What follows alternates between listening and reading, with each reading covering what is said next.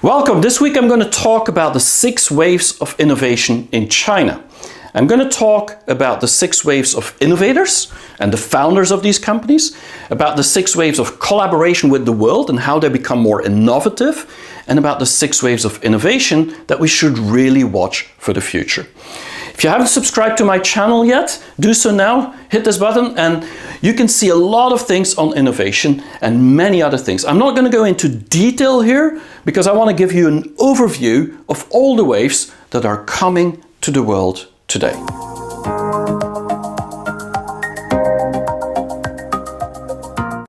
In 2015, 6 years ago, Xi Jinping, the President of the People's Republic of China, said very clearly that by 2030, that's in 9 years from now, China will become the leader in global innovation.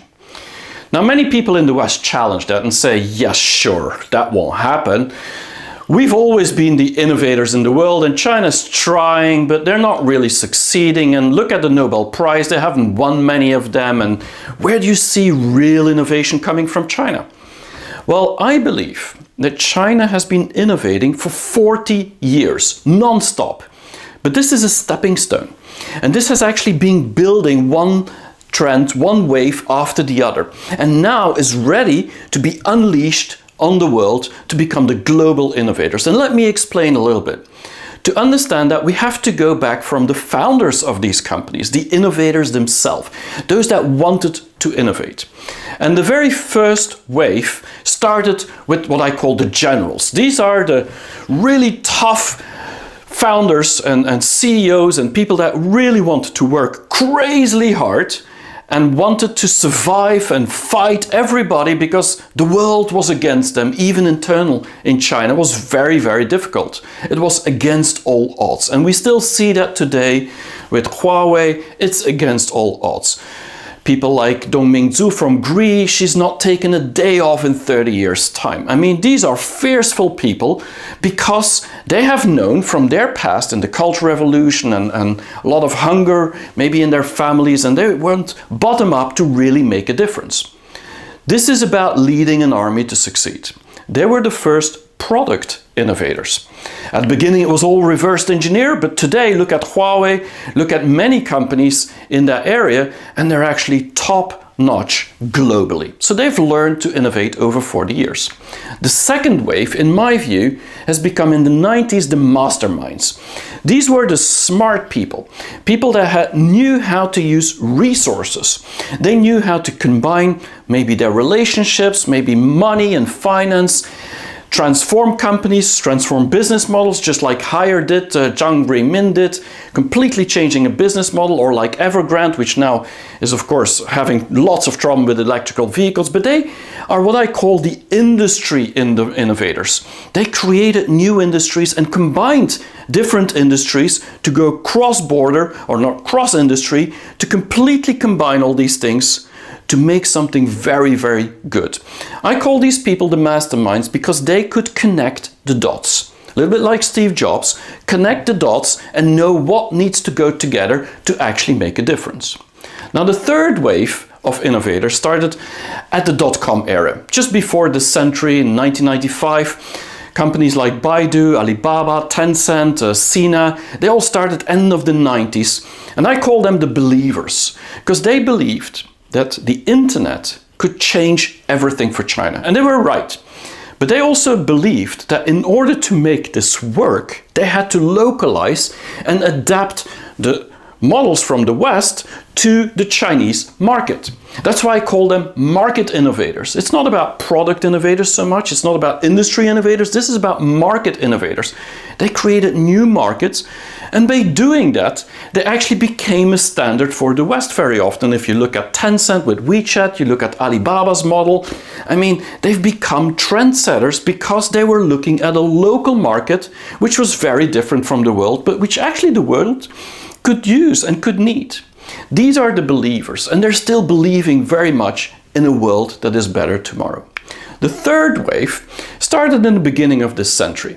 And these were the people that looked at China as a quantity business. They looked at scale. They wanted to see they saw 1.4 billion consumers and 7 billion consumers globally, but the first 1.4, and they thought we just need lots of people, lots of products, lots of effort. We need to think in terms of scale. People like Xiaomi, I mean, they have like 2,000 products. Look at JD.com, Jingdong. I mean, the way that they do logistics over the whole China, I mean, it's even better than Amazon in my view. I mean, they really figured out how to use scale as an advantage for their business model. These are the people that I call business model innovators. They changed business models because they looked at scale first and quality second. But once they had the scale, they could actually give the quality. And that is what's happening now. These products like Xiaomi, top quality, but also at scale available. These are people that did the hard work. Lots of people, lots of employees. If you think about Dazhong Jianping, I mean, they just went out there with armies of people to convince people of the new business model. Now, the fifth one is what I call the disruptor kits. And this started in 2010 about. And these are very, very similar innovators as what we see in the West. I mean, companies like Mobike, like Toutiao, ByteDance, it's actually the TikTok company. You see companies like UbiTech or Didi, which is the sharing company. UbiTech is the robotic company. And you see all these guys, young guys in their 30s, that were very similar to the founders of Silicon Valley companies. I mean, they had experiences overseas, or their managers did. They had a global view on things, and they wanted to change the world for a better place. Didi wanted to change the world for mobility. Mobike wanted the last mile to be solved and include healthcare in that case with the bike sharing. Toutiao and TikTok, I mean, we all know about how they changed the world with live streaming or short video. And then UbiTech, just like Bill Gates, Zhou Jiang, he just wants every family to have a robot, kind of like your friend at home. And so they really want to disrupt worlds. And I call them service innovators because they figured out a different way to offer services to companies, to consumers that actually could use this in a very, very novel way and very successful on top of it. The sixth wave and last wave that we see happening now, since I would say max 5 years, but more like 3-4 years, is what I call the dreamers. And these are the founders that I love the most, because these are the people that really, just like in the West, many dreamers we have as well, want to change the world for a better purpose, for a better life, a better planet. And these are people like Wang Jun from iCarbonX that want to become the Amazon or Google of healthcare. You have a friend of mine called Gu Jiawei who wants to change completely education with using artificial intelligence into robots. There's people like Neolix that wants to change this whole self-driving experience. And then people like the Starfield company, which is plant-based meat, because they want a more healthy planet. And so what you see now is many of these dreamers, I mean, they're very young very often, they want to do exactly the same as the West. And so for me, these are the purpose innovators. And so when we think about innovation, we always think about product innovation. But product innovation started 40 years ago with Huawei and many of these companies. But there's also things like market innovation, business model innovation, service innovation, purpose innovation, and what I call industry innovation. And many companies in China know how to combine all of these. And so we can't just say they are an innovator or not an innovator because they're not good in one of these 6 parts. Now, the second thing is that in order to innovate today, we need to collaborate. We need to work with the world. I mean, there's not one multinational in the world that says we only hire people from our own country. I mean, French multinationals don't have only French citizens as founders or as employees or managers. Same for Germany, same for the US. So why would China do that? Well, China's been collaborating also for 40 years, and that has created these global innovators because of this collaboration. Now, the first wave came just before this century, 1995 about. This is when companies like Huawei went global. They went to India in 1997. Hai'er started developing, this is the white good product, developing departments and divisions everywhere in the world. They have now 8,000 divisions. And so they're everywhere, spread out. Huawei is in 170 countries. And so they went global, have a global presence to sell their products and their services. But by doing that, they started to learn what happens outside of China. They started to collaborate. And this is really where that collaboration of innovators actually started. The second wave, in my view, started around this century primarily because of the copycat culture.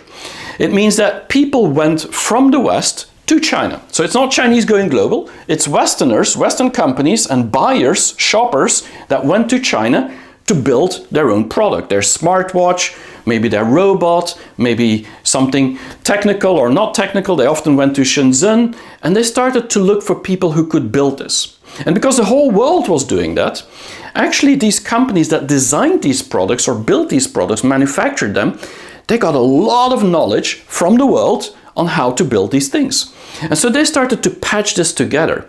And the interesting thing about this wave is that they have become the masters. They've become the teachers. They're not the students anymore. Because many people who want to build, like say, a new smartwatch, what they do is they go to China and they go to look for these design companies and look for these companies who know how to do it. And then they ask them to do everything. And so the West is just buying. We're not innovating anymore. They're innovating on top of the innovation that they got used to. Now the third wave is what we call the mergers and acquisitions. It started around 2005 where China was starting to buy a lot of intellectual property. And this is one of the big challenges for China because they're still buying much more than actually the world buying from China. And they want to change that now. But in 2005 it was all about buying intellectual property, IP. So that did that with the high-speed trains. And later on they built on top of that. What we don't always talk about is the fact that yes, they started from innovation that they got from the West, 100%. But we don't talk about the things they improved.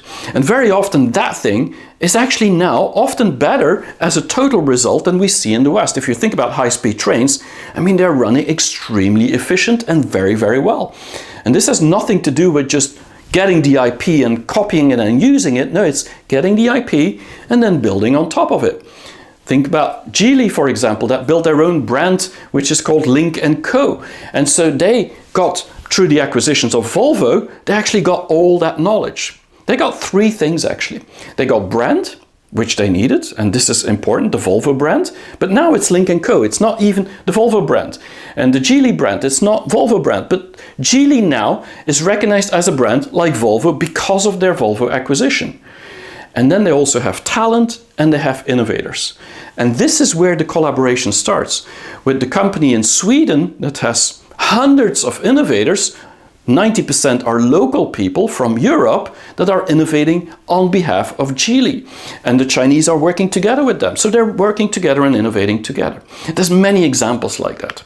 Now the next wave that you see happening or saw happening around 2010 is that most of the Chinese companies that were doing really well found that they were missing some kind of innovation in specifically software, which if you look at Silicon Valley was plenty available.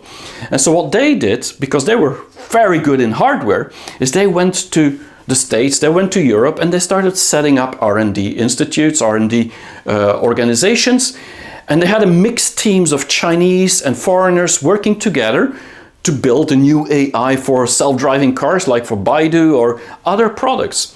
And so they looked at innovation from a global perspective. And that's how we should all look at it. And that's how the West looks at it. And so China figured this out about 10 years ago. Now the next wave of innovation, in my view, has been about marketing. This is about attracting global talent like Xiaomi with Hugo Barra or TikTok with Kevin Mayer, that they attracted foreign top executives to tell the world, to communicate to the world how their product is so innovative, how their services are so great, how their business models are so unique.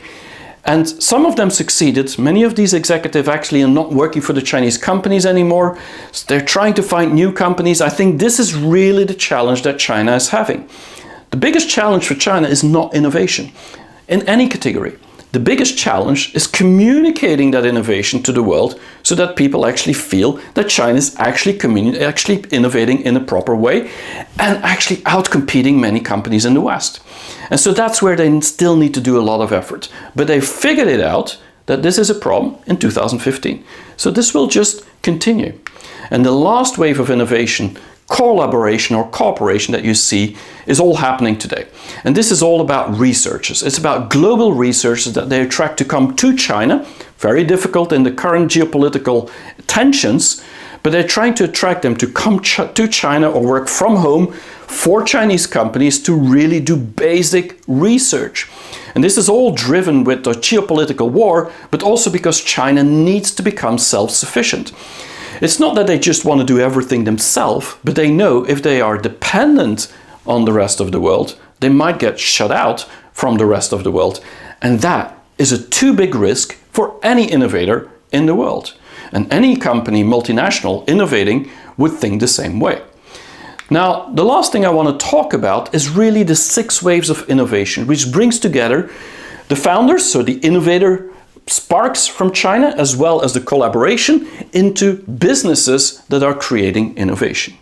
And so this 6th wave of innovation started again in 1980, 40 years ago. This is what I call the tech commodities. Companies like Hai'er, Lenovo, Hisense and Huawei, of course, what they did is they provided very low quality product in the 80s at very low price. It's not that because they wanted to do that, it's because they just couldn't get better quality out of it. And the market didn't have enough money to pay more. So this was a fit at that time. But they became better and better and better. Of course, it was all reverse engineering back in the 80s, and they copied a lot from the West. But it would be stupid to think, because they copied, that they couldn't develop things themselves.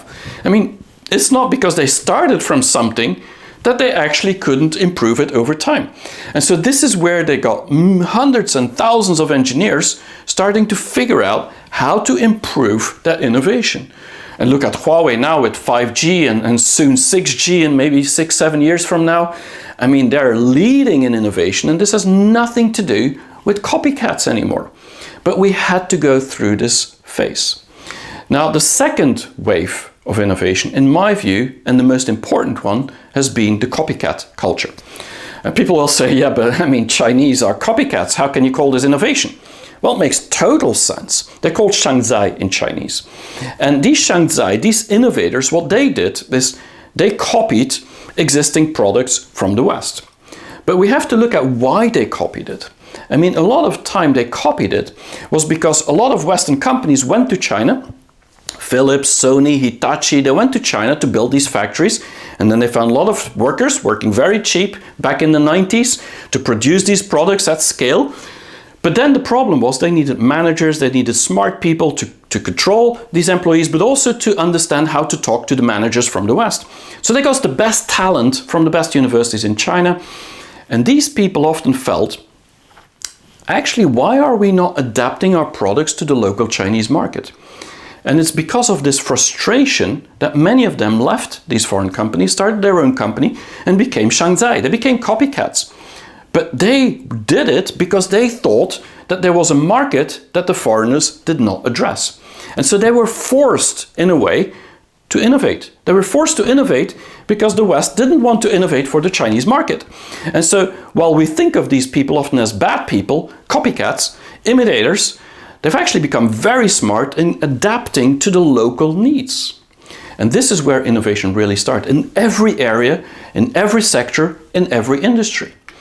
The 3rd wave of innovation has everything to do with what we call the adaptable innovations. And this is the 3rd wave that started around the beginning of this century. These are the typical suspects which we always talk about when we talk about innovation. In China we talk about Baidu, Alibaba, Tencent, and now it's more ByteDance than Baidu, but still Baidu in AI is doing very well. And then Sina, Xiaomi, we talk about all these companies that took a business model or took something from the West, and then they adapted it to the Chinese local market, and it's looked at as a bad thing. It's looked at as a copycat, just like in the previous wave. But the difference is that If you look at the US, you look at Facebook, you look at Google, they weren't the first search engine, they weren't the first social media. They copied their model from someone else too. So China did nothing different.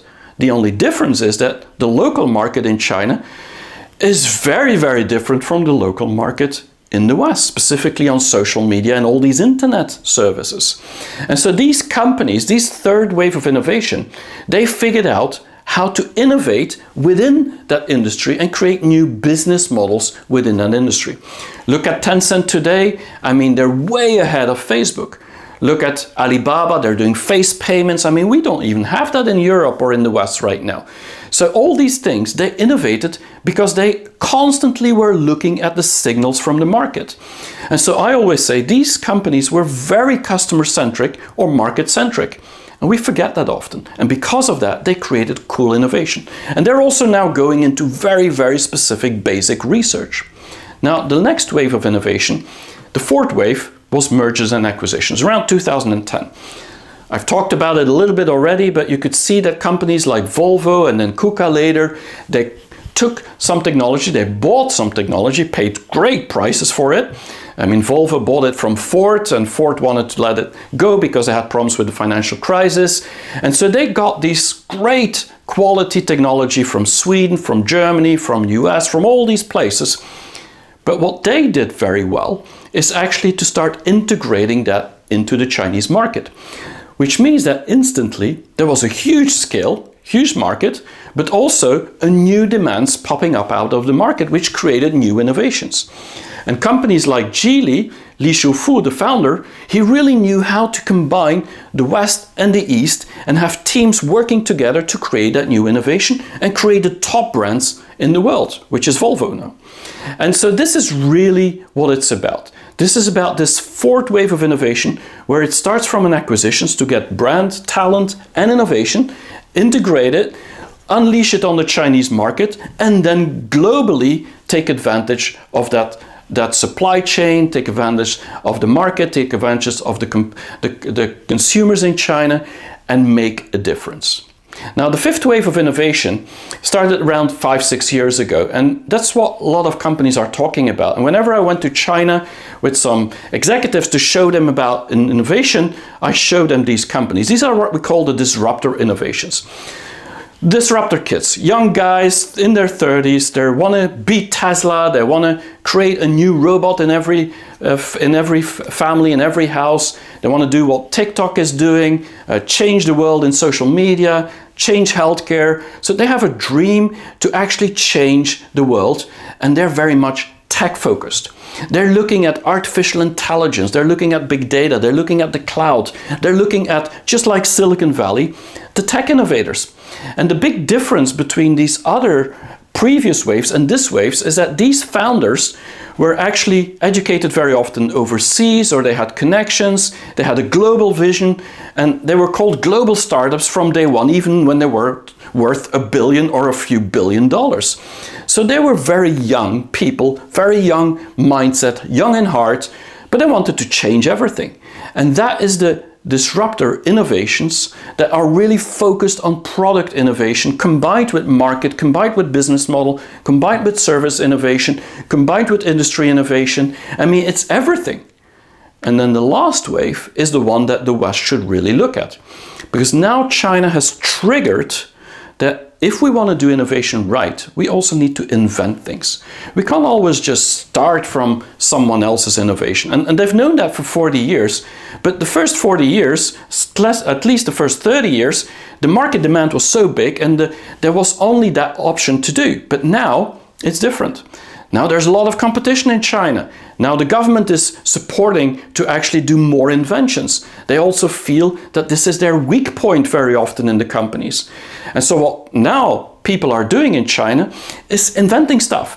It started like 5 years ago, but specifically in 2020, you now see that everybody's focused on this goal. This is where China wants to get. They want to become the inventors of the world. And it's something many people in the West don't believe. And the reason we don't believe it is because we haven't seen many of it. But it also only started like 5 years ago. But if you look at how fast Chinese has gone through these 6 waves, every 5 years another wave, then we can assume that in 5 years from now, China will become the biggest inventors in the world. And they're going to win Nobel Prizes, at least if there's no geopolitical reason not to win them. Now, China's looking at disruption here. China's looking at quantum, they're looking at carbon-based chips, they're looking at biotech, they're looking at communication like 6G coming up, semiconductors. It's a lot of things that China and the government says we need to be the leader there. And we need to be the leader, or at least leading, because we need to be sure that we are not going to be blocked out of the Industry 4.0 that is coming now, that is actually making reality now, which makes every industry a smart industry. And so I'm very, very confident that give it 5 years and nobody's going to ask the question, can Chinese still innovate? But today we still are. And we should look at these waves and look at the 7th wave that will come up, where all of these waves will come together.